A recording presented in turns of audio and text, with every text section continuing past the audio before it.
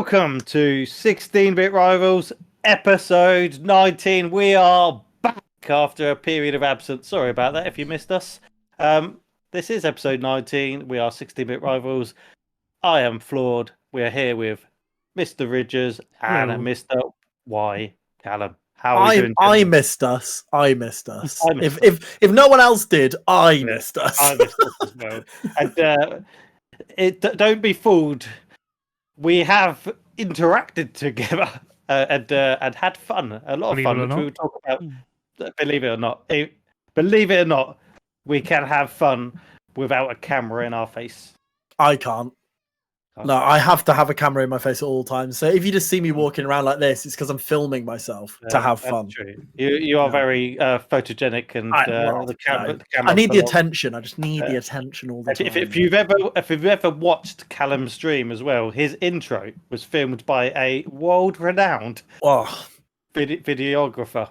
Incredible, absolutely remarkable. Yeah. It has been called the best intro on Twitch by one person, and I think it's probably by one person. Yeah, it was filmed by the same Italian guy who did the Mario and Brothers advert, wasn't it? Yes, I'm pretty sure. Yeah. I'm pretty sure it was. and it's just work like that which will be just forever remembered long after Callum's dead. Yeah. Oh dear, yeah. Not that we're wishing him to, Callum has a long. Could be tomorrow. You just don't know. It's far better quality than the Slough chant from the crowd. Look, the potato video is great. It is great. I don't know why it's come out like that. It's so frustrating. Oh, good old potato Slough. But we are here. We are back. We are back, and we aren't going anywhere. It's just been a very busy month. There's been a lot happening. We did get together. We did record a podcast episode, and that will be forever lost. RIP podcast. Well, I mean, it's not lost. You just can't hear me from about 20 minutes in. I mean, me and Flawed have both agreed that it was probably the best episode we've done, and I'm not just saying that because you've not seen it. Genuinely, it was a really good episode. It was a lot of fun. There was a lot of laughs to be had, and I would say epitomizes what 16-Bit Rivals is about. And if anybody was to watch a single episode, I would have suggested that one, but it has been lost to the. I mean, if people want to see it, I can always upload it into like a misc section.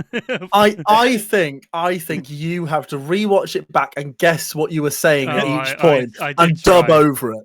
I did try. But then even intentionally be wrong at times. Like, I love caterpillars. And then just a fall and be like, I don't agree, Ridgers. Yeah, just to intentionally make it even worse. It'd be just like, for example, I love caterpillars. What do you mean you hate caterpillars? It's just like, why is absolute chaos. Gordon Callum are not understanding Ridgers at all in this episode. He's so misunderstood. But I mean, where would we be without all of these technical issues? I think that's what makes us lovable. Probably famous. It is. I mean, that is awkward, isn't it? That's the line between our fame. Who wants to be famous? But you could see, like, some of us have upgraded. Look how beautiful these two guys look. They've got some nice flashy cameras, and I don't even think my camera's angled correctly.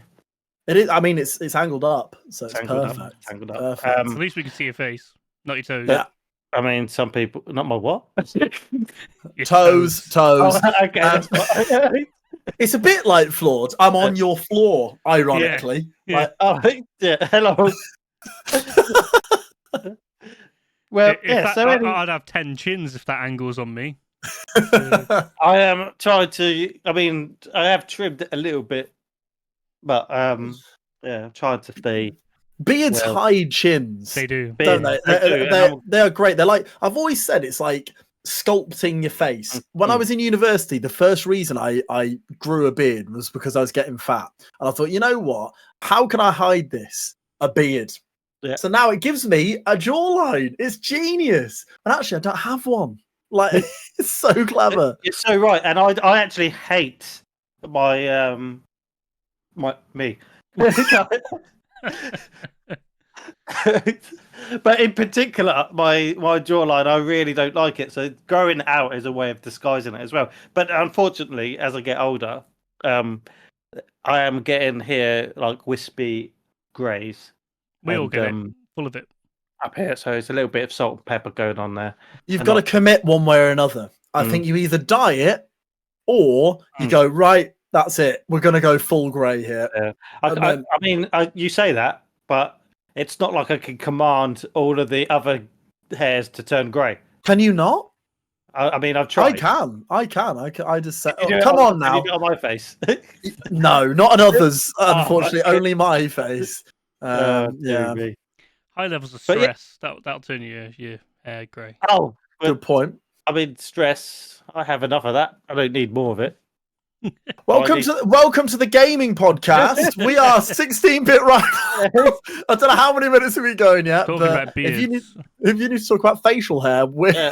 the go-to place. Grooming tips and all of that. But we do have gaming stuff that we can and will talk about. We did attend what they may call, what some of you may call, what we did call a gaming convention called Insomnia.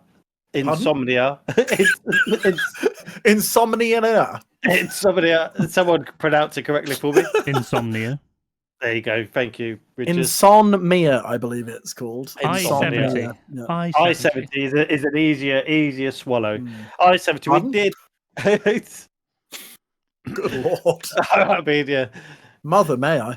Yes, well, it's less said about easier to swallow than different sex.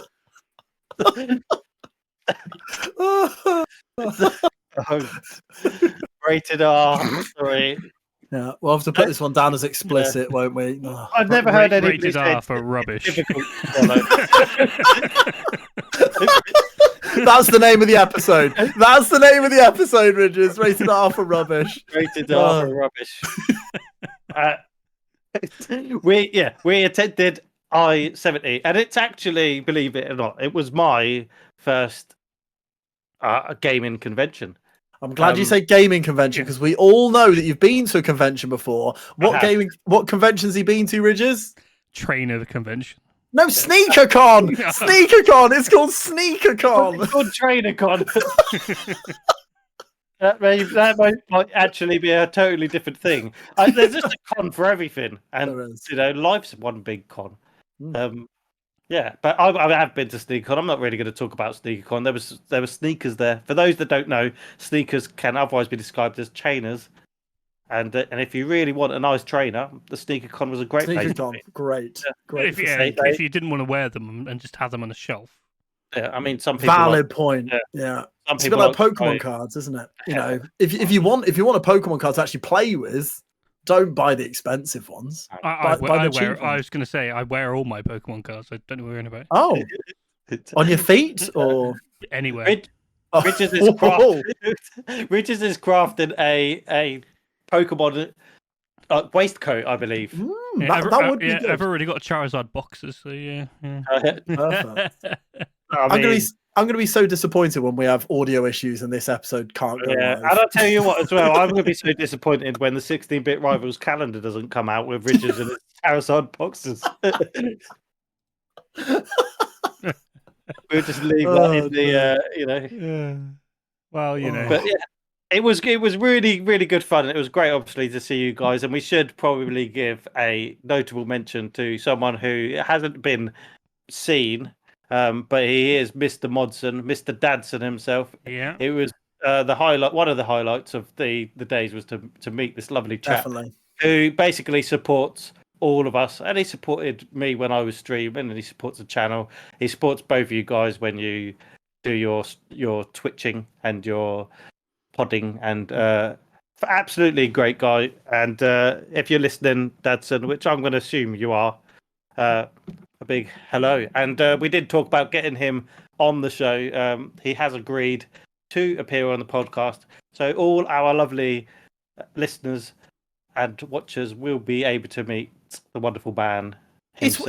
It's one of those unique situations that come about when you are part of the stream sphere, and it's one of those unique situations that we all had, wasn't it? I mean, for people who don't know, me and Ridges knew each other before any sort of online stuff. We used to play football together, but Flawed, we didn't, and we met through this. But I remember saying on the way up to I-70, because me and Ridges obviously had traveled together because we live near each other. It doesn't feel like you are now an internet friend. You are now a friend. You're not. Yes, okay, we met through the internet, but now it's just a friendship, isn't it? And it's really nice. And it felt the same with Dadson. I mean, we spent 2 whole days. We'd never met before. And then you go from not meeting someone to suddenly spending pretty much the entirety of 2 days with someone.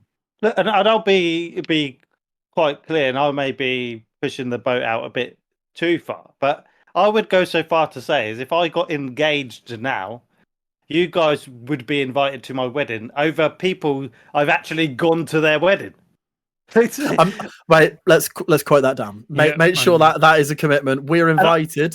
We're invited to Flawed's wedding. I'm pretty sure he said we were going to be joint best men. I heard that as well. I've got a speech ready. But in all honesty, and it's a strange thing to say because there's people I grew up with and I went to their wedding and I don't really speak to anymore, that I would feel almost strange having them there over you guys who I interact with now. You're part of my life now. Yeah. And that's it's the strange thing, and we met over this silly thing called Twitch where people watch other people do things. Yeah, and it's a really weird. It's weird and it's great, isn't it? It's great. Like it is. Oh, you thought I was going to interrupt you there. You stopped. I was letting you speak. Sorry, no, but like for example, I mean, like, I assume we're naturally segueing onto what we've been playing recently, and so, something I did a few weeks ago now was a charity stream for Football Manager, and it was something that they did over 7 days. And it basically how it worked was you would play the save for about 3 or 4 hours. Pardon me. Then you would save the save, send it to the next person, and they would continue. So this one game of Football Manager continued for 7 continuous days. But obviously it's for charity. So every time, and so if you did certain things, if they donated a tenner, you'd eat a Bean Boozled or something like that, and some people shaved their heads, some people dyed their beard purple. I chucked 3 eggs over my head, so there was all these different things. But once again, coming back to the fact that those people who are donating the money have no affiliation, like they've never met these people, but you're raising money for a charity and people are like, and you do feel like you've got friends, like with Discord and that sort of thing. You do genuinely feel like I speak to some of the people in my Discord more than I speak to some of my friends, and in real life friends, I should say, because they are also friends, obviously. And it's a magical thing, really, and it's something that it's interesting that it's taken me till this stage of life to start experiencing, because I think children of a different generation, like if we're talking like the kids who are growing up now who are 16, 17, 18, 19, 20, they will probably experience a lot of their friendships through that. I would imagine, just because of the way the world is now, and I think COVID changed a lot as well. With that, of this is a lot more normal. Yeah. Podcasts used to be all sat in a room talking, whereas you look at a lot of podcasts now, and a lot of them are this. They are, people online talking. So, yeah, I just think it's great. I think it's really cool. I do want to just sort of do the caveat of we have a lot of wonderful stories, and I do get that there's probably a section of a lot of bad stories, and don't meet strangers on the internet. Do not meet strangers on the internet. I think you need to have a level of security in yourself and what you're doing, and a little bit of something about you to understand. Obviously, because there are going to be horror stories where you've met someone and it's not quite gone how you wanted it to go, or you didn't quite think, because there is that perception online that you can be whoever you want to be, but when you actually meet someone in real life, it could be completely different. And I don't want to talk too much about that because it's a bit too negative. No. You are right though, because we touched on it there, and there's good and bad sides to everything. And ultimately, especially when you are younger, I touched upon the younger generation there. When you are younger, you have got to be very, very careful. I mean, we are fortunate that we are grown men. And it's a slightly different situation. However, there isn't always an element of gamble. So maybe at something like Insomnia is a good place to meet people, because there are hundreds or thousands of people at those sort of conventions, whereas just sort of meeting one-on-one is a bit more There dangerous. were so many people who were meeting each other, like streamers who were meeting mods and various other sort of followers of their streams for the first time at Insomnia. So many posts on Twitter and other social media, which was really nice to see. I mean, I hardly saw anyone. I don't know where all these people were, but there were lots of people there. It was really weird, wasn't it? We were saying that we saw one or two people, but we you really don't realize how big the event was until And I did see quite a few people I recognised. I don't particularly watch at the moment, but I just sort of recognised and thought, oh, I know she's a streamer. Oh, no, he's a streamer. And it was weird to think that they would be there walking around with people who are recognising them, like me, that they don't have a clue who I am, but I knew who they were. And I think it was strange. But overall, I mean, take in perhaps the fact that, because I think if we'd have gone anywhere and done anything, we'd have had a great time, and with Dadston as well. What did we think of the actual event? The actual, the I-70 as a convention, not because we were there together. If you'd have gone, perhaps, and what did we think of the event? Ridges, do you want to go first? I enjoyed it. Again, I did the feedback form actually, and I enjoyed it. I thought it was good. The only thing I put in there is I just thought there might have been a bit more sort of games for people just to play rather than just like the esports stuff. Like the esports is great, but there was a lot of waiting to play stuff. I loved the sort of indie games and the stuff like that they had. And one of my big feedbacks was, although there was a lot of merch stores and stuff, there wasn't really anything sort of specific for like PC gaming, I thought. So it'd be nice to have had something like that. But no, I really did enjoy it. It was just like, there was just a lot of people there queuing to play a lot of stuff. So we didn't play anything really, did we? So we played a couple of the indie games that are in development and the board games, but we couldn't get onto anything else. But no, I really enjoyed it. I think, like you say, we went 2 days and we really probably did a day and a half in total. Really, we left early. Yeah, and we could have done everything in a day. And if you can't see what Callum is brandishing, that is something that he stole. I mean, can you actually steal it if it's given to you? I don't. Yeah, well said. I mean, if you hoodwink someone out of their money, for example, that's stealing, even if it was handed to you. So you asked for our review of Insomnia 70. So obviously, as one of the creators of the event, I can't speak high enough of it. Really, I thought they've really looked after me. I enjoyed my meet and greet. That was good, well handled with all the fans, obviously. Of course. No, I did. I mean, I won't go into it in too much depth because I'm very aware we're on the internet. But I probably shouldn't have got this, and I did. But let's leave it at that. But I didn't steal it. I promise. We know you're worthy of it. Yeah, exactly. So worthy. But so basically, I think as an event as a whole, I thought it was all right. I think it was made a lot better by the company. As you said, Flawed, I think we could have gone for a weekend and watched Mario and still had a really good time, to be honest.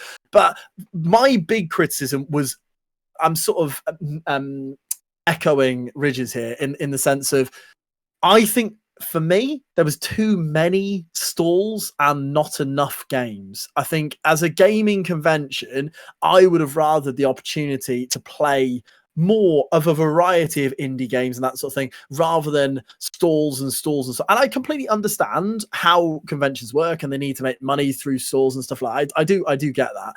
But for someone who is maybe not in a situation where I can spend loads and loads of money at the moment, and you're just basically walking around watching Ben look at Pokemon cards, which, don't get me wrong, was very entertaining, and I really did enjoy all his various purchases when he assured us he wasn't going to buy anything, and then he ended up buying maybe 8 cards. But that was really good. I do think the esports stage was great. I think I would have enjoyed it a lot more if I was interested within the actual game. I think that was where, but that's just personal preference, because like there was Valorant, but at one point, were you there for when the Valorant, there was a point in Valorant where he got the 3 headshots to win it? That was genuinely like, what? That's awesome. I had no interest in Valorant whatsoever, but he was on his, he's up against it. He's on his own. They all surrounded, they didn't know where he was. He went around the back of the commentators like, oh, they haven't seen him. He's going to go around.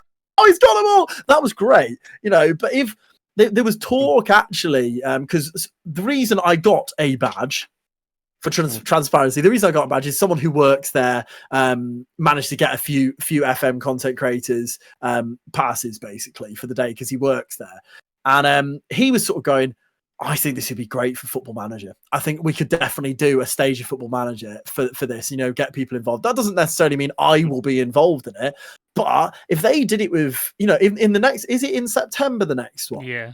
If they organise Football Manager on the esports stage, I'd be there. Like I'd want to watch that, and I'd sit there for the 2-3 hour show, and I'd watch it because that's a game I enjoy. Even if you went to sort of like a Pokemon, or I mean, there's a lot of games I'd enjoy to watch, to be honest with you. I think that would be really, really entertaining. And I think the way they set up, it was all in the dark and stuff. It was quite cozy, and it was good seating, and I thought the screens and everything were really good. I think that could have been awesome. And I think if we'd planned our weekend better, we would have been able to play the likes of Fall Guys and those games, which we didn't. That was on us. We can't blame them for that. We just didn't plan it well enough. Yeah, and I think that's half of that is we didn't really know what to expect. Yeah, absolutely. We did sort of go in blind, which really, when you go into a convention, isn't the best thing to do, is it? It's better to be prepared for it, especially as we were there for 2 days. We could have even on the the Friday, Saturday. What days were we there? We had Friday, Saturday. Yeah, so even on the Friday, we could have gone up to that and gone, can we book it for tomorrow at this time? But there was also the gaming bus and all that, which we didn't go on. But yes. But then Friday was definitely the prime time, wasn't it? But we did a lot of looking around on the Friday because Saturday was just bedlam, wasn't it? There was just queues everywhere. Yeah, too many people. I mean, because of the pass, I got to go in a little bit early, like 20 minutes early. And I'll be honest with you, I wanted to go in early. I thought, you know what, I'll go in there, get that bit of prestige walking in the door. Yes, I'm allowed in. And the rest of the team were all finishing off their breakfast. And I walked in there, and I didn't tell you two about this, I don't think, but I felt really overwhelmed. I just had this moment. I was like, whoa, this is a lot of people, and I'm on my own here. So I rang my wife up, and I was just on the phone. So I was like, I don't like this very much. I don't know whether that was like a COVID thing, or I don't know, but just like being in a room on your own, this hall with like thousands of people, I was like, I don't like this. I don't know where I'm supposed to go. I felt very overwhelmed with it all. But no, on the whole, I thought it was really good fun. I thought it was a good weekend. It was a tiring weekend. Because of all the stalls and stuff, it can be a very costly weekend as well. But no, I enjoyed it, and I would go again. I would go to an Insomnia again. Honestly, I think it was a well put on show. I don't know whether I'd go to the next one, unless obviously there's a Football Manager thing. But I would certainly consider going next year. Yeah, I agree. How about you, Floyd? I mean, I don't want to tread it. Basically, I could just echo exactly what it. Go on. You make your own point. I've talked too much. But I would be just echoing your points, and I feel like there could have been more games. I wasn't in the market to buy anything, and I would have liked more if there was stuff there, more unique items. For example, a lot of the stalls sold like Pokemon cards or this and that. And there was a lot of the different stalls selling the same things. Whereas, for example, I might have liked. You could see we can't see because they're not on camera, but like little Zelda figures and like stuff like that, like different things that you probably can't possibly buy on. I know it's more difficult to do something like that, but that would have made it a little bit more interesting for me. And Are in terms you of the saying you prefer amiibos over pops? That's what you're saying. yes, Yeah. well, yeah, I still do amiibo, absolutely. But it's in terms of the stalls, the variety of stalls. If I don't mind stalls as long as there's a variety of stalls. There's a lot of stalls selling sort of very similar things. What was that you're pointing to? They're my pops. Oh, your pops. I couldn't see it. It's a bit too small of the screen. One's fallen over. Oh no! Have you got a Pickle Rick? Yeah, I thought so. Oh, Pickle Rick. Pickle Rick Pickle Rick. Yeah. and Ratchet. Yeah. Little Ratchet. But in terms of the esports stage, I agree. It was quite well set up.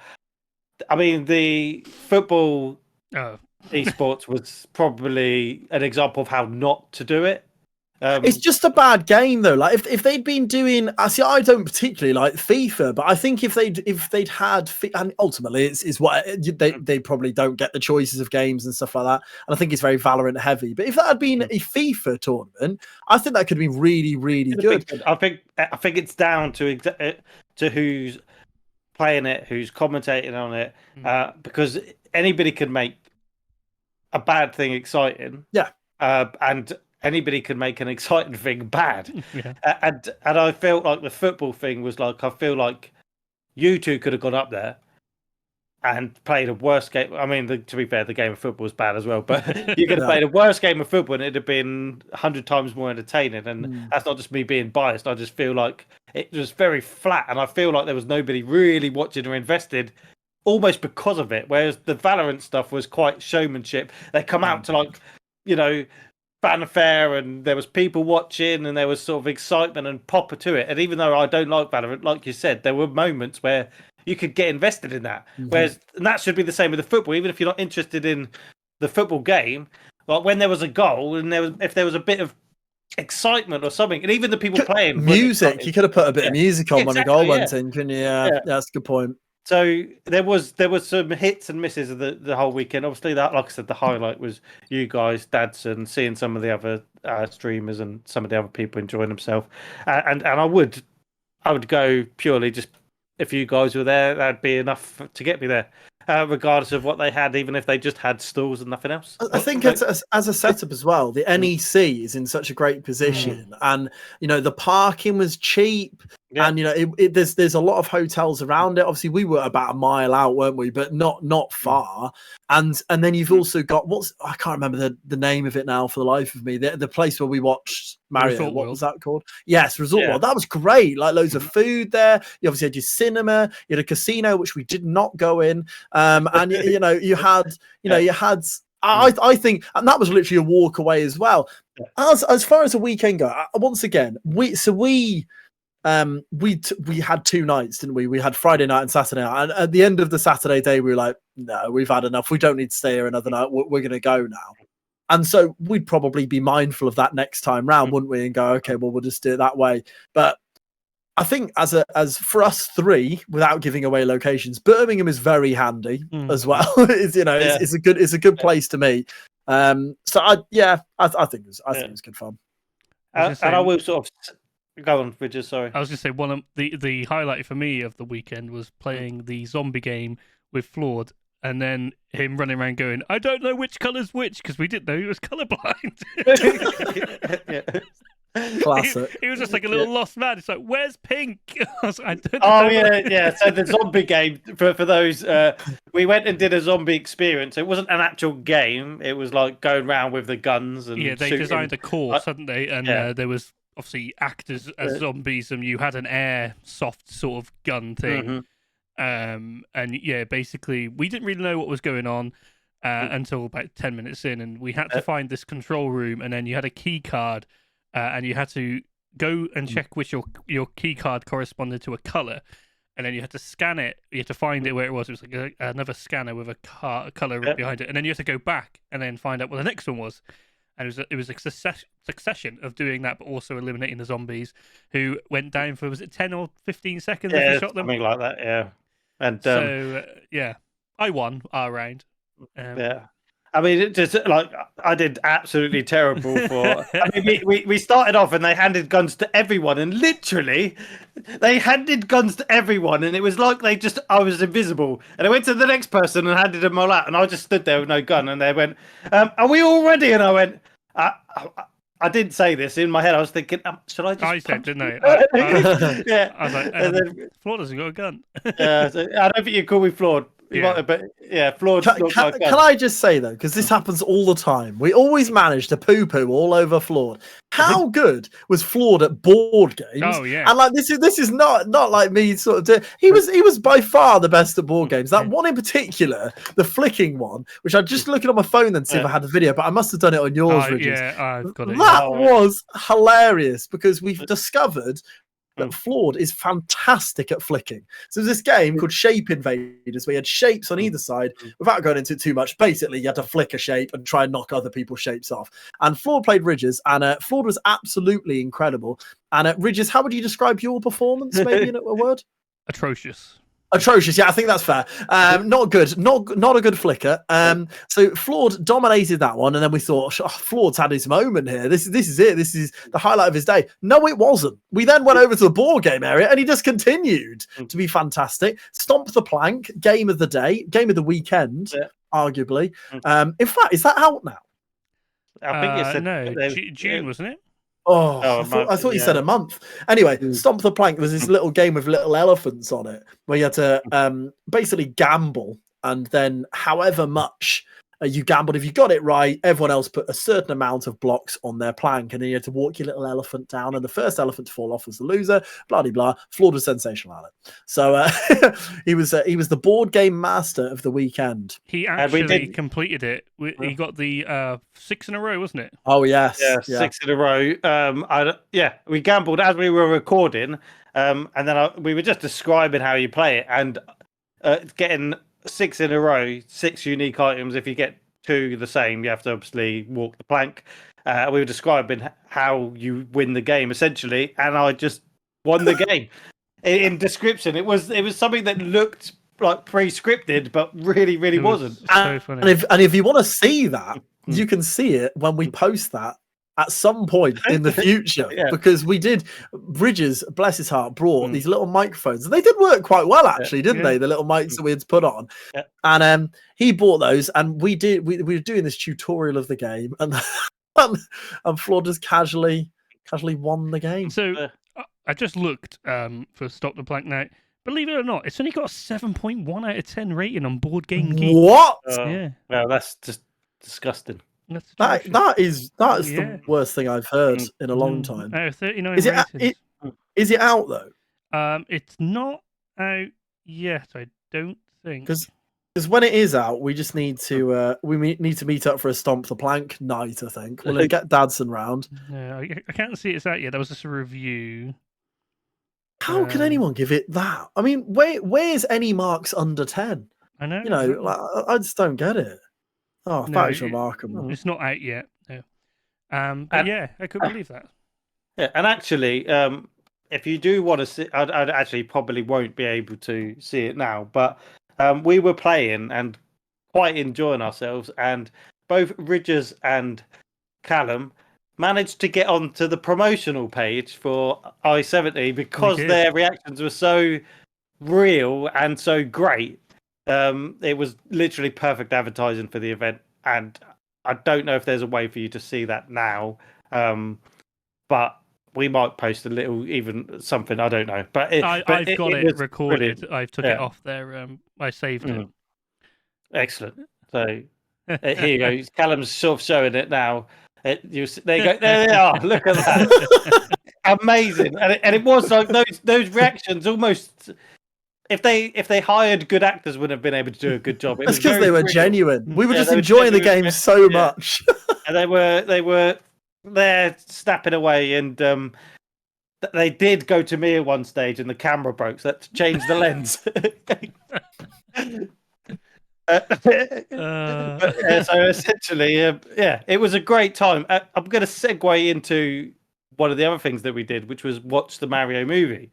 The Mario movie. I wanted to quickly get our thoughts on it, and I'm going to start on this one, and I absolutely loved it, of course, and I'm not quite sure why some people didn't, unless they were expecting something that they shouldn't have been expecting, because it was very, very faithful to the source material, which I think is the most important when you're reintroducing, well, a character that is beloved.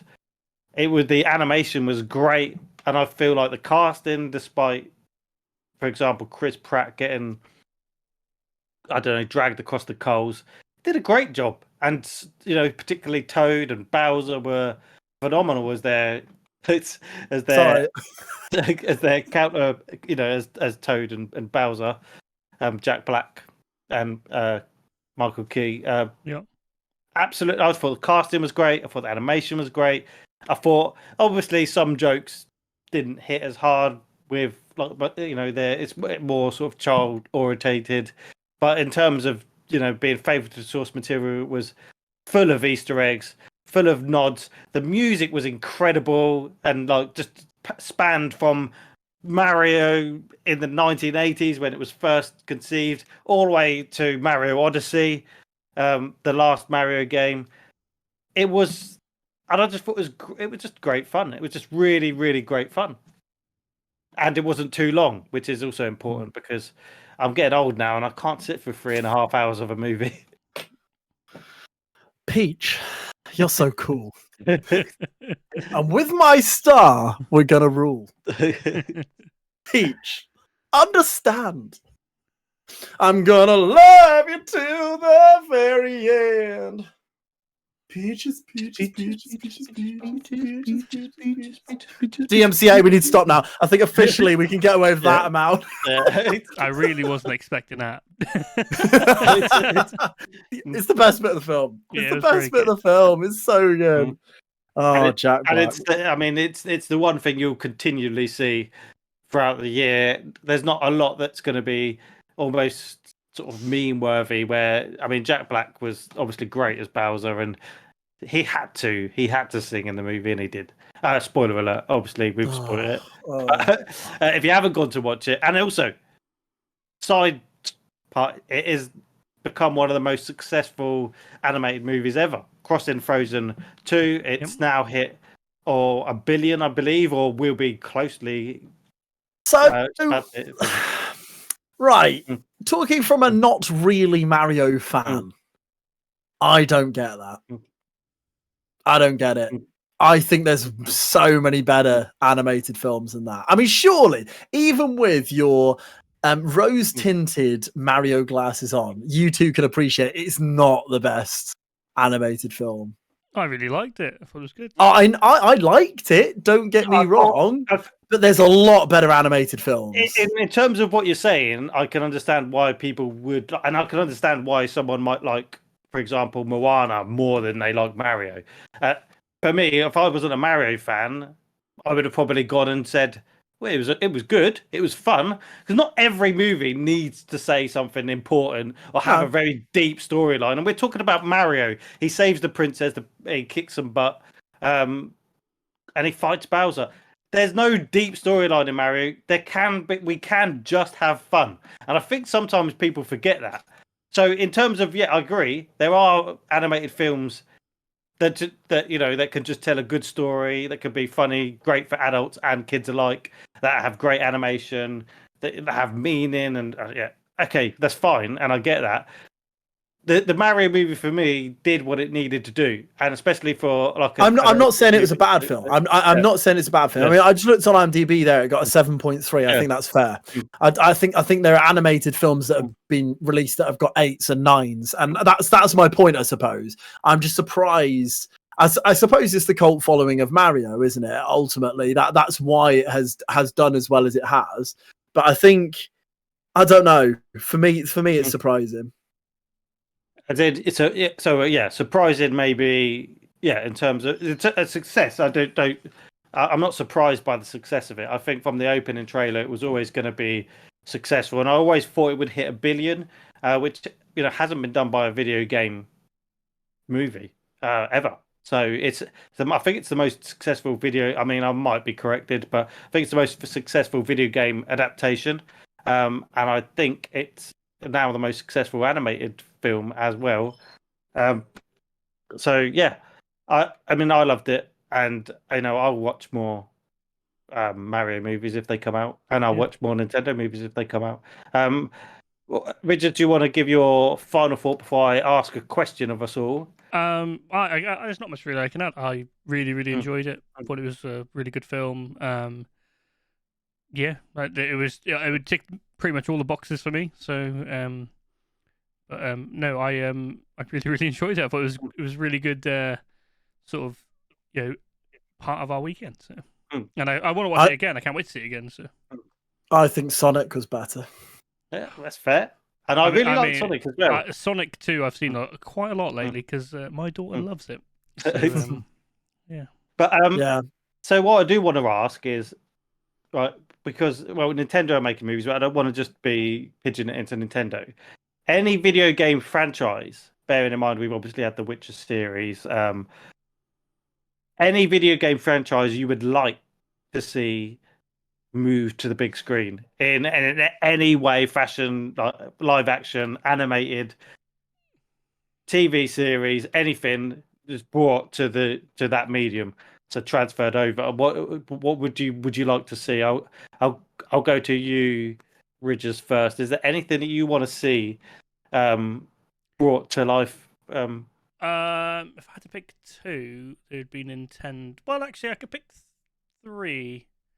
It doesn't have to be Nintendo. It could be. I got two Nintendo and a Sega. These are old. So I'd quite like.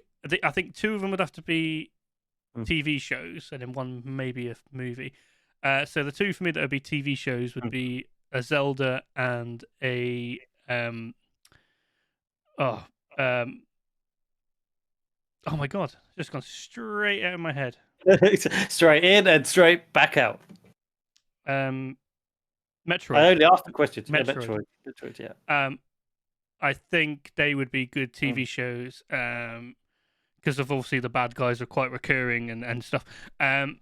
Whether they be animated or not, I'm not sure. And then for a show, I've always liked the Shinobi games. I'd quite like a Shinobi movie. I think it'd be quite good. Okay. That'd be my three. That's fair.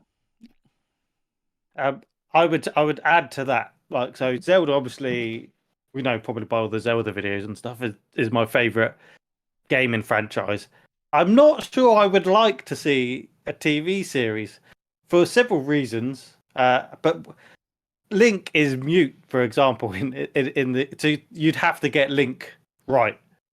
And it doesn't matter how well you do him, there's always going to be discourse for a character like Link.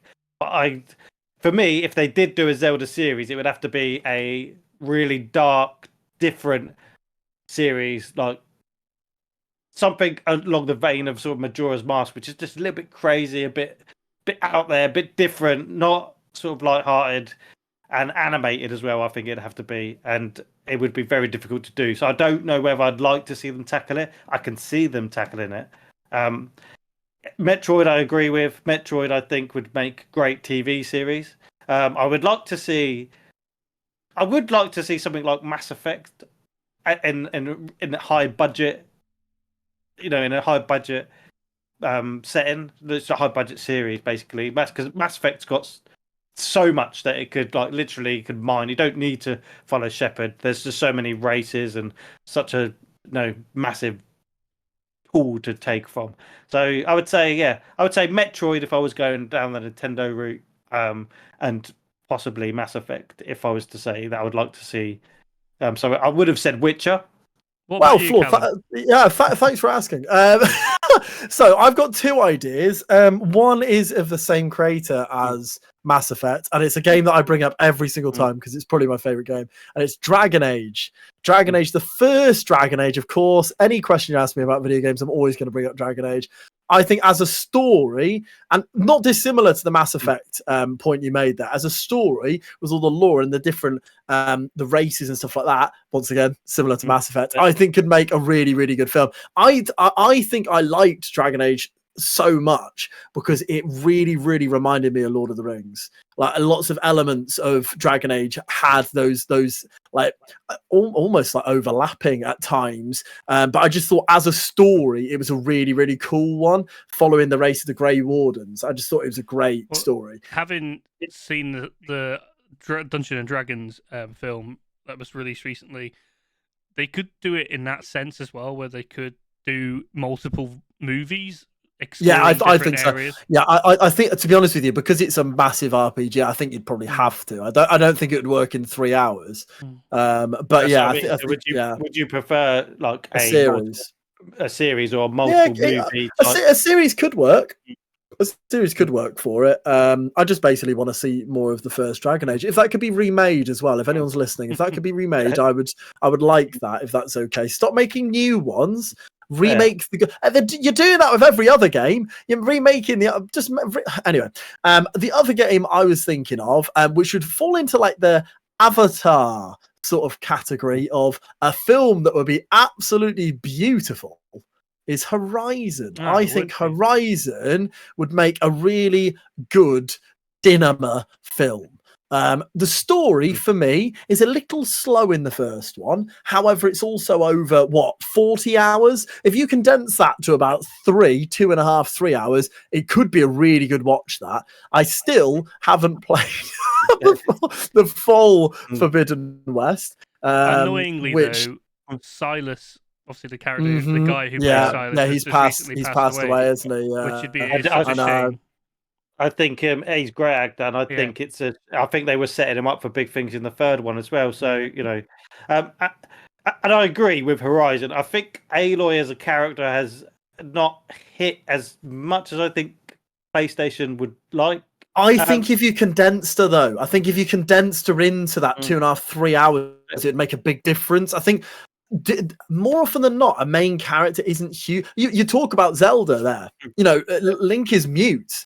And it's the main character of the series. I think more often than not, the main character or the character you are playing as isn't really the character. It's all the characters around it, isn't it? And I think, I think you can have a Horizon movie that doesn't even include Aloy. And same thing with, like I said, like with Mass Effect, as I was saying, it doesn't have to be Shepard. It can be anything, just a Mass Effect film in the universe, using the races and the lore and everything. And see, for me, in Forbidden West, Aloy did start coming out a little bit more. I think in the first game, Aloy was just soulless, really. There was just nothing. Whereas they've clearly, as you say, tried to make it like Aloy is one of the PlayStation figureheads now.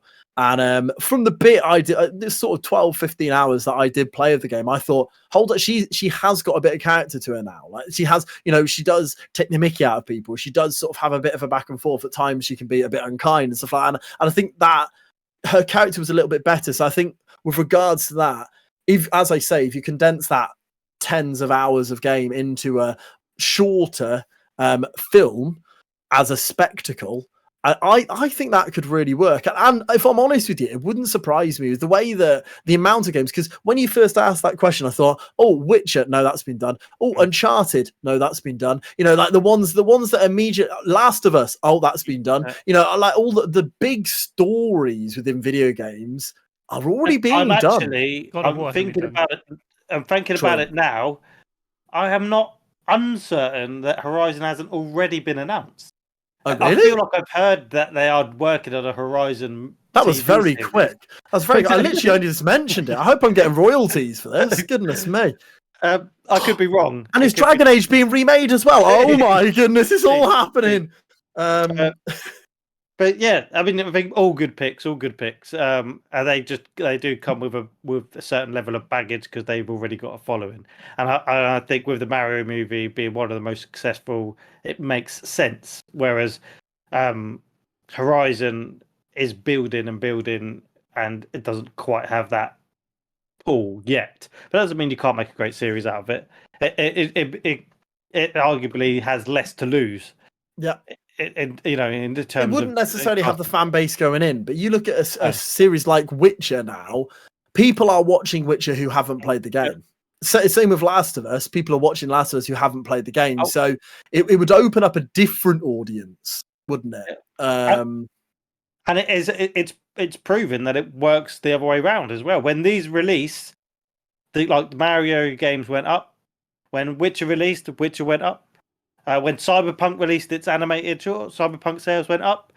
When Last of Us released it basically, what I'm saying is they correlate to game sales as well, because people go, okay, there's a game, let me just try the game.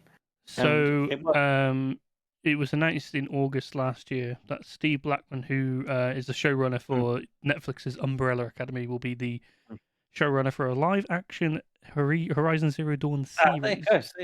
Series. So I did feel like I had heard it. Yeah, I wasn't sure if I heard a rumor or confirmation. Well, does that mean I won? I think because I suggested something that's actually happening. Yeah. Along with this is all along with The Last of Us, and they're doing Ghost of Tsushima now, aren't they? And then they've just released the trailer for Twisted Metal as well, which looks quite interesting.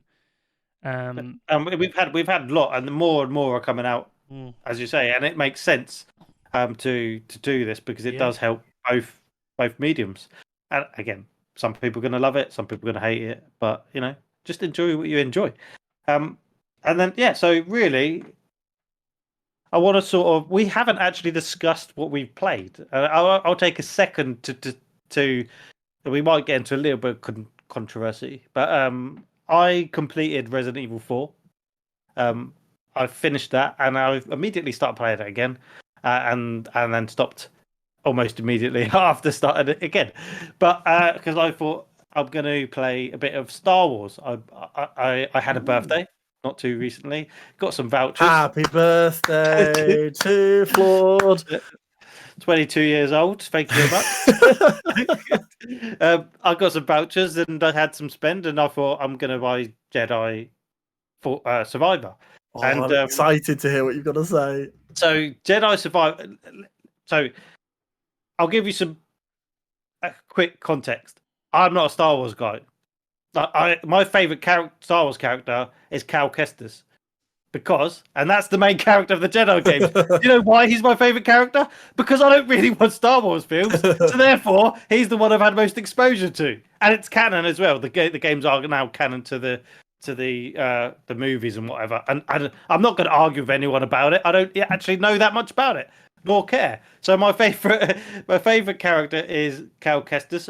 The first game, Fallen Order, I really, really did enjoy. I felt like it took a lot from a lot of different games, and then it was just like a catch-all, and it was just fun, and the lightsaber battles were great. I thought the acting was great. I thought the set pieces were great, and I thought it was a very enjoyable time. I wouldn't say it was one of my favorite games of this generation, but I definitely didn't regret playing it, and I would definitely recommend it. So I've got into this one with high hopes. This one that I know it's been reviewed higher. I can't get into it at the moment. I can't get into it.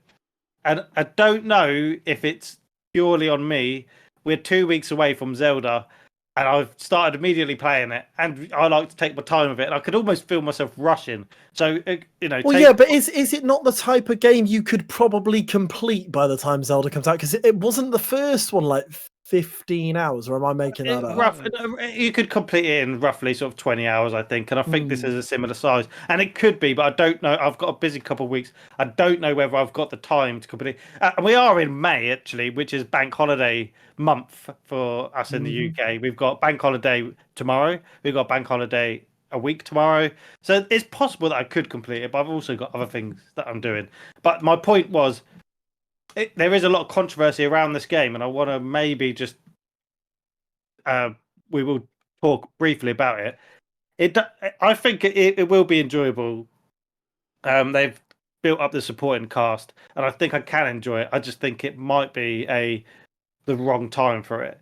But the big sort of controversy around it is the performance issues.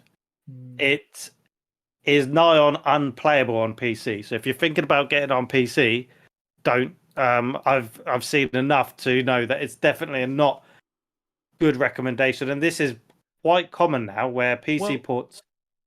So touching on it, I haven't played it yet, but my nephew bought it, and we share, we game share. Yeah. So I have downloaded it because I was going to give it a go, but on the Xbox, the Series X, they give you the option, don't they, to have performance or quality. So. And you don't tend to get that in games. When I noticed, I was like, "Oh, you do now. It's quite common now." I've had that in not really noticed. And also, this is it. Performance mode should be performance, so you should expect a stable frame rate. It doesn't need to look as great because it's the whole point of a performance mode is it's going to play a bit smoother. If you want a bit more graphicals with a couple of frame drops, I'm not a big FPS. I don't really care about frames. I'm not going to count frames. I'm not going to count pixels. I don't care the resolution. I predominantly play on the Nintendo Switch, which sometimes sub 1080p, sub 30 frames. And this is another thing which I don't want to be careful to say, because I will sound almost like a hypocrite, because we are going to be in this type of discussion where Zelda's going to come out and it's going to struggle to hit 30. There's going to be frame drops. Breath of the Wild had frame drops. I could not care less, right? I'm going to love that game despite its flaws, which is fair enough. You can like a game despite its flaws. And Jedi Survivor is, at the moment, on PC, nigh unplayable. On PlayStation 5, which is what I'm playing on it, on performance mode, it's very, very framey. And it crashes as well. So performance drops one things. It crashes and it's just not stable. It feels like it's almost put together with blue tack. And every now and again, the blue tack falls off and it crashes and you need to put it back together.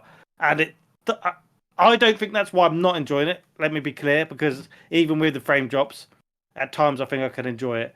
I think I'm not enjoying it because my mind's on a different game. I was just going to go on to it. It's not because what I have found with these like really beautiful new games, they seem to be very stop-starty. They load, you go to a point and it loads, and then you go in and then you play that bit. And, they're not really open worldy as some of the games used to be. They load up an area. Is it like that at all? No. So, that's my problem. So with Forspoken, I quite enjoy it. The gameplay's been great, but you'll do an area and then you'll talk to someone. You'll go to the next part. There's a little scene and it loads up again, and it's very sort of like stop, talk, game area. Yeah, it's all. Of course, yeah. No, I understand what you're saying, and I don't think, like I said, that's not my loading up issue. To keep it looking tidy. So instead of it being just constantly loading in the background and the only reason I mention it is because if someone's watching and they want an opinion on it, this might be important to them, and it's not important to me. But for me, the crashing's more egregious than the frame drops. But it's the frame drops on top of sort of and someone, a big YouTuber commented on Twitter saying, "Are we all gonna, pile on Zelda when it won't even hit 30? Or are we going to give Nintendo a pass as usual because this is console wars and all that nonsense?" So my other question then is, if there's all this, why has it got a 90? It's got 95, isn't it? It's got an 87 on Metacritic. Oh, 87. 86, which actually comes into another conversation which we might get into very quickly. It was higher up, wasn't it, recently? It was 90 something, wasn't it? No, it never hit 90. Maybe like right at the beginning, but actually this is Cal's first pick in the draft. So he's done very, very well because he's got 16 points on his first game, and he's still got the rest of his games. One of my games has dropped out and is now null and void. Two of Richard's games are null and void. So Richard has got 6 games in the bag. I've got 4. Callum's only got 1, and currently is only he's on 16 points. Richard's with 6 games is on 33. 16 points for 16-bit rivals. Exactly. Yeah. What games don't count anymore? Your ones, you mean? Yeah.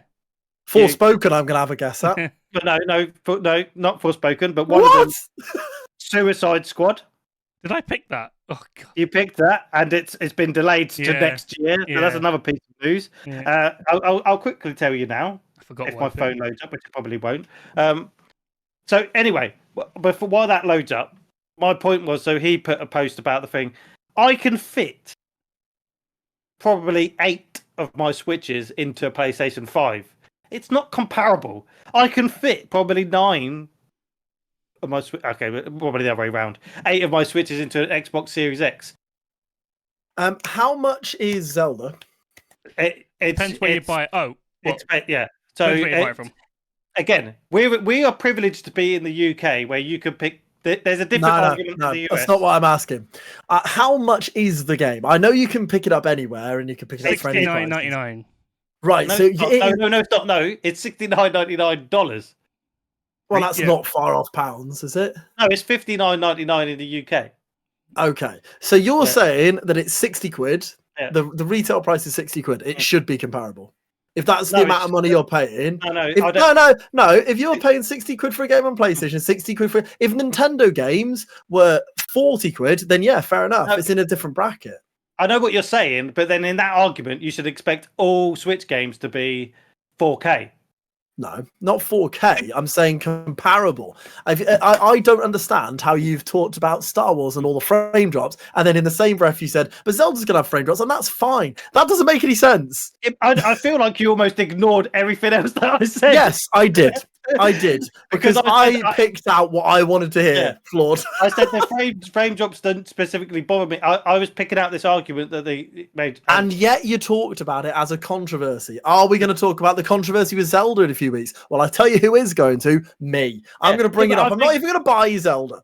But I think we will. That's why it's a controversy. Full disclosure, I'm not going to care, and you know that watching me, you know that as my friends, the audience probably know that as me, and you know as a fan because you do have a sense of bias for these things. I'm not a Star Wars fan, so maybe there's Star Wars fans that can look past it. Like I said previously, the frame drops aren't as egregious for me. I think I could probably happily. I don't really care. I don't really care about graphical fidelity. I think we're in an age of sort of, but. The Xbox and the PlayStation 5 set the expectation that this is the difference. I think is setting expectations. They set the expectation that these boxes we're going to charge this amount of money, which is great, but these boxes they're big and they're powerful. This is what they told us.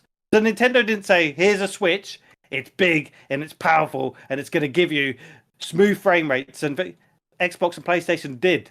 They haven't properly delivered on a promise, and we can talk about Cyberpunk again. Games can come out and they can have frame drops. They can have a subpar frame resolution.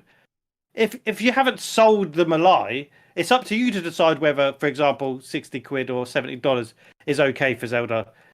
The value of something subjective. For example, I happily paid for Star Wars and I'll enjoy it. But I might not think that £20 for, I don't know, Forspoken. If someone said if Ben said, I'm going to sell Forspoken for £20, I'll say that's not even worth £20 to me. I'd wipe my butt with Forspoken. so I'm saying value subjective. You decide whether that's value to you. I think the controversy comes in the time, and I feel like Xbox and PlayStation, they promised something and it's not delivering. And I feel like the argument's a little bit different with Zelda, and I say that again, knowing I am being a little bit hypocritical. But again, the frames weren't a problem with me. And I just bring it up as a point of a reference, and also like just to know those things for those people that do care about it. They are in the game. Flawed review of Forspoken. I'd wipe my butt with Forspoken. 10 out of 10. 10 out of 10. Exactly. So what else have you been playing then? Or is that? So yeah, Resident Evil, and then I've been playing, obviously Star Wars, and the other thing I replayed was in preparation. Everybody might think in preparation for Tears of the Kingdom, I might go back to Breath of the Wild, but I actually went back to Cadence of Hyrule, which is a rhythm-based Zelda game, and I'll tell you why. The music is fantastic, which you'd expected a rhythm game. I'm so bad at that game. It's almost criminal. I'm terrible at the game, but I went back and played a bit of that as well. I love it. I really do. I've never loved a game I've been that terrible at. So it's probably the worst game, like the game that I would consider I'm worst at. But it's definitely not one of the ones I hate the most. I love it. But yeah, anyway, guys, I've been speaking for way too long. Someone else. That's what a podcast is. People Yes. talking. So you should be okay. Mm. Ridges, what have you been playing? Well, going on to continuing from what you were saying earlier, I went back and finished Horizon Zero Dawn.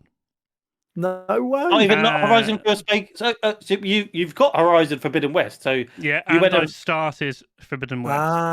Okay. I am also currently. I've gone back to Fallen Order, which I am currently playing, because I got bored of it. I couldn't get into it. Hated the character. But I've given it a bit more of a go. I've played about 6-7 more hours of it. I'm actually quite enjoying it. I can kind of. The robot's fine. I like the robot. Still don't like him. I like the robot, and I like the actor as well. But then I was playing it in preparation to play the new one because it looked great. But obviously now, listening to you, I may just leave that for a little bit. I have also been playing Kirby's Return to Dreamland and Dead Island 2, which is absolutely brilliant. I love it. So much fun.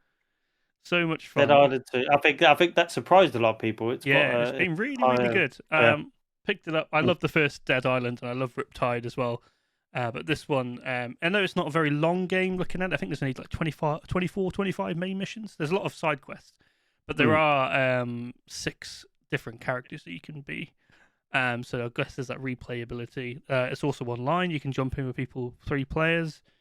But no, that's been really, really good fun because there's so many different weapons you can make and do stuff with. It is quite inventive, isn't it? Yeah. I mean, I think it's a certain type of game though. If it's just like a good sort of just fun, you got to go into it with it's just a bit of silly fun. I think it's nothing. Yeah. It's not all of these. So I've had a bit of a Pokemon break, as such, whilst I've been getting over my cough and that. So yeah, but I play Forspoken as well. I'm a little bit further into it. Again, it's the stop-start thing, like I was saying to you. I quite enjoy the gameplay, but kind of you get so far, you're getting hyped up into the game, into the story, and it stops for a little bit, and you're like, okay, what am I doing? So it's hard to get yourself going, which is why I was like, oh, let's go. I thought I'd completed Forbidden West, but I wasn't that far off it. I think it was 2 or 3 hours. So I went and finished that. Quite enjoyed the last bit of it actually. And then... I can't get back into the draft to see which games, games that you've got. I know Suicide Squad is one of them, but there's another one that they've discounted because it's not out. I picked up Kirby with one of the vouchers from the Switch, along with Tears of the Kingdom. So, I picked up Tears of the Kingdom digitally. I'm selling the physical copy that's coming with my collector's edition to my brother. I had enough credit on my Switch because I've had a couple of vouchers. So I thought, do you know what? Why use it? I may as well use it on the game and make a bit of money off the physical one. So that's what I've done. And also, hopefully, I'll be able to play it a little bit earlier because the game's probably... That's the real reason. That's the real reason. You just want to play at midnight, don't you?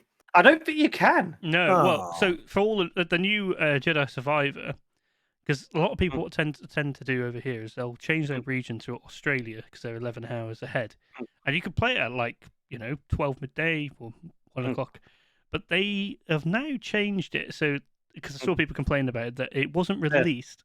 It wasn't going to be released till 5 a.m. 5 a.m. 5 a.m.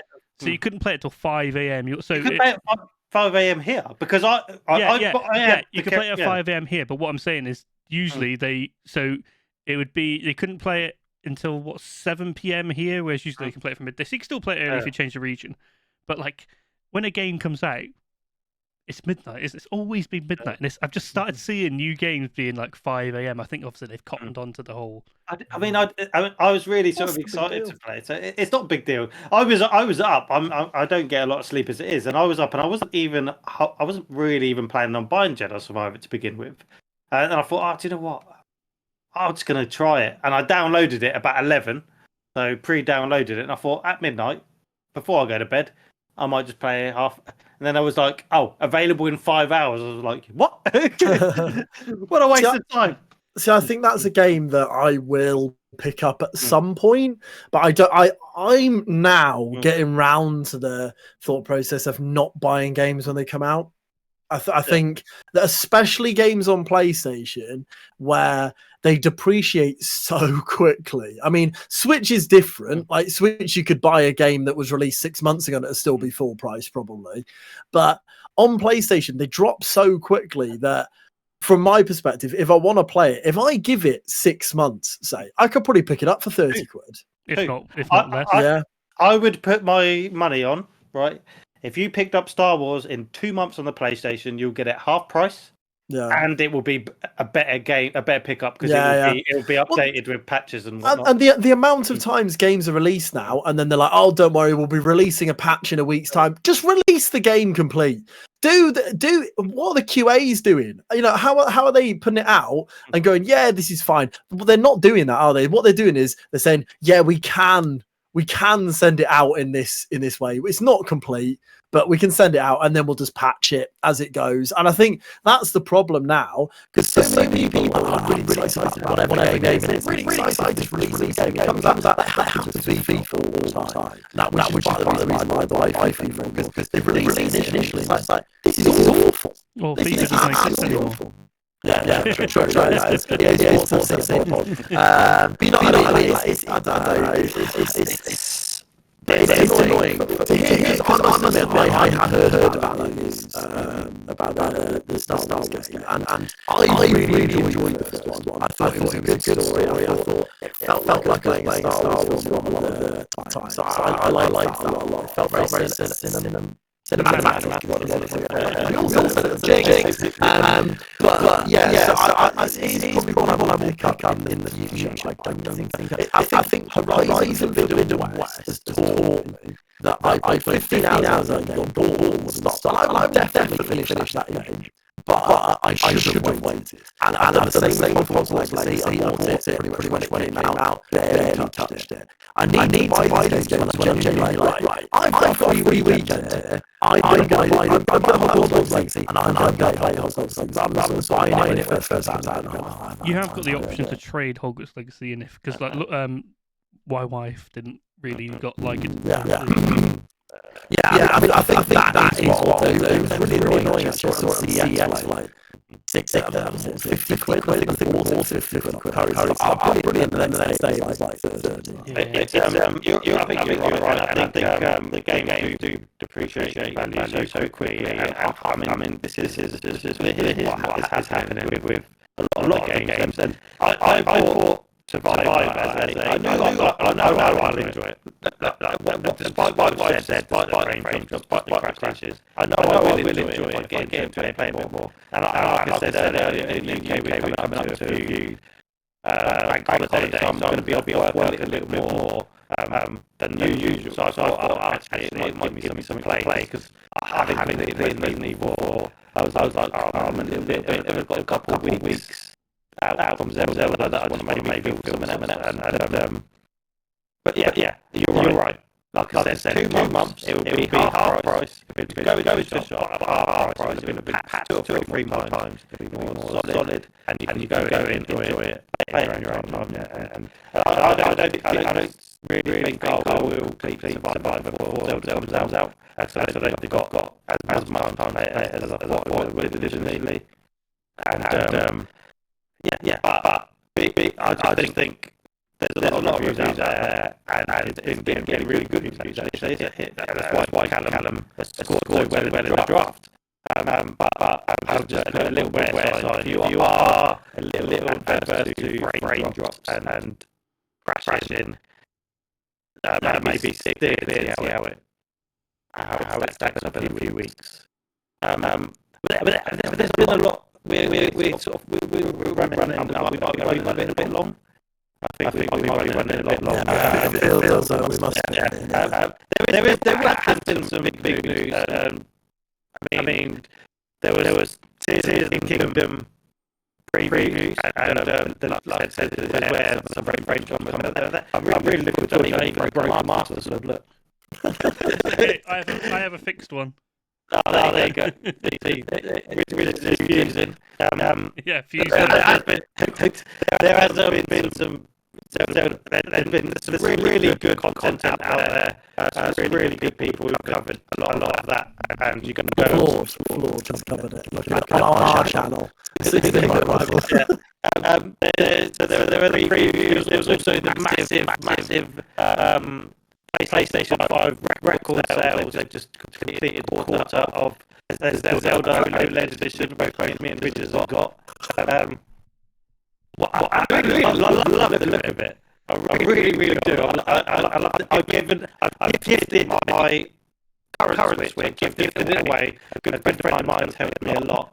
How long did it take you to transfer all the stuff over? It was very quick, actually. It was painful. It was painless. Sorry. It was really quick, actually. I think the first time I tried it over, I did it wrong. This time I did it right, and it was very quick and easy. So don't do things wrong. Yeah. My friend wanted a Switch for his kids. And he's been looking for one. He keeps sending me prices, and I thought, you know what, he's given me an excuse buy the Zelda one. Also do something nice as well. So I gifted him my Switch OLED and said, look, here's the OLED package stuff. I'll give it to him. And now I'm currently displaying my new Zelda one, which I actually really like. I love the design of it, and on there, it just looks great. But there was also the big, so PlayStation 5 recorded record profits, which. And it's great, but they've done some great bit of business by upping the price of PlayStation 5 just as they suddenly found a load of PlayStation 5s. So it's worked so well for them, it almost feels a little bit naughty. I mean, if they sold their PlayStations for what the scalpers were selling for beginning, they'd have had record profits. Well, yeah, of course. But they've record numbers of sold 6-point-something million in the first quarter, in the last quarter. How many copies of God of War and Horizon have gone up then? Because they're all being bundled together. But that's the thing, but they didn't release any software sales. Then there was news, and I'm just skimming it over because we are coming towards the end of the episode. But there was also the big Activision Microsoft deal has been blocked in the UK, and we in the UK, but that will have repercussions elsewhere as well. Do Microsoft just give up on it now? Question: how much money could Sony pay to get that blocked? Sony are out there buying things and going, oh crap. Let's just stop this as well. So, and also, if they decide not to buy Activision now and not to pursue it, they still need to give $3 billion to Activision. I would argue that Activision will be hurt by not being bought by Microsoft. The reason they're being bought by Microsoft is because, well, they were looking to be bought. So if Microsoft can't buy them, there isn't going to be another player to come in and buy them. So what happens to Activision? They just become Call of Duty, where they are pretty much now. But so there has been a lot going on, and I recognise that we haven't had time to talk about it all. But I hope you enjoyed the return of 16-bit Rivals, and we haven't gone anywhere, and we will be back. And also, in 2 weeks, expect a video at least discussing the first few hours of Zelda, my initial impressions. And maybe Richard as well will pop in to chat, providing he has the time to play it. Well, I'm actually away that weekend, yeah. Well, I'll step in. I will give you all my opinions on Zelda. I can't wait. But I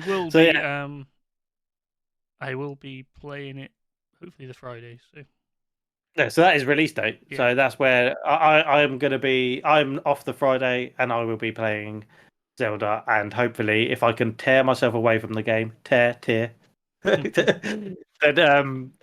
then you'll get some really raw impressions. And does anybody want to add anything before we say bye to the delightful audiences? Is it audience? Definitely not audience side. I don't know. I'd like to say thanks if you've made it all this way in the video. It was pretty manic at the start. We got a bit giddy, but thanks for listening. Thanks for hanging around. I haven't got much more to add. Let's hand you over to our resident Ridges. I've only got one thing again to follow on from Callum. Yeah, thank you for staying with us this long. This was rated R for rubbish. Excellent. So before we go, just quickly, we'll do the usual. Where can we find you, Callum? Where can we find you? You can find me here. I'm right here. My name's White Callum. I am on Twitch some days in the week. I'm on Twitter usually on White Callum _. If you want to find me, you'll find me probably. Yeah. Ridges. Everywhere. Everywhere. Yeah, you'll see me. I'm sporadic at the moment. I haven't been on Twitch for a few weeks. But yeah, Twitch, YouTube, here, Twitter. Find me. I'm Bridges. Bridges with an _ sometimes. Generally just me. Bridges Gaming. Bridges Gaming. And do we put a word in for those few people who may have watched to the end? Yes. What's a relevant word? Oh yes, Audience you could side. say. No, I reckon you'd say I would wipe my bum with 16-bit rivals. Okay, there you go. I would wipe my bum with 16 rivals in the comments if you watched the whole episode. Wow. Thank you everyone for watching. We are 16-bit rivals. This has been episode 19. 19. Thank you very much, and we'll see you soon. Bye-bye. Goodbye.